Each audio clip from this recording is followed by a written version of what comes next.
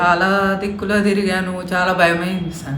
వాణి గారు మా దగ్గరికి వచ్చారనమాట. 2022 అక్టోబర్ లో నా దగ్గరికి రావడం జరిగింది. అప్పుడు ఆర్య ఫ్యాక్టర్ 300 అబౌవ్ ఉండే అనమాట. చాలా మంది ఆర్య ఫ్యాక్టర్ వచ్చిన వాళ్ళు, రుమటైడ్ ఆర్థరైటిస్ వచ్చిన వాళ్ళు చాలా మంది భయపడతారు, ఏడ్చిన వాళ్ళు ఉంటారు. ఇంకా విచిత్రంగా చెప్పాలంటే సూసైడల్ వరకు కూడా పోయిన వాళ్ళు ఉన్నారనమాట. ఇక్కడ చూసుకుంటే ఈవిడ చాలా వరకు ఎక్సర్సైజ్ గానీ డైట్ గానీ స్ట్రిక్ట్ గా ఫాలో అయిందనమాట. ఒకసారి మాట్లాడండి, మీకు అర్థమైపోయి కరెక్ట్ గా.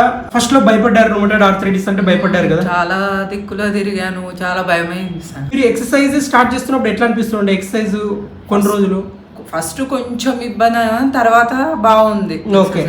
ఫుడ్ ఎట్లా స్టార్టింగ్ లో తప్పించారు మళ్ళీ వెంటనే మళ్ళీ స్టార్ట్ చేసినాక పర్వాలేదు. ఓకే. ఇప్పుడైతే ఇంకా బాగుంది. మార్నింగ్ ఆఫ్టర్నూన్ నైట్ స్ట్రిక్ట్ గా ఫాలో అయ్యారు చాలా వరకు. ఫాలో అయ్యాం. రాగి జావా అవైతే ఇప్పటికీ కంటిన్యూ చేస్తున్నాం. ఓకే. ప్రోటీన్ కూడా వాళ్ళ అబ్బాయి భరత్ సో ఆన్లైన్ లో పెట్టేసి మేక్ షూర్ వాడేలా చూసేవాడు అనమాట. నిజంగా భయపడుకుంటూ ఇట్లే ఉండాలా లేకపోతే కొద్దిగా ఓవర్కమ్ అయ్యి తగ్గిపోతుందా ఎక్సర్సైజెస్ కి డైట్ కి?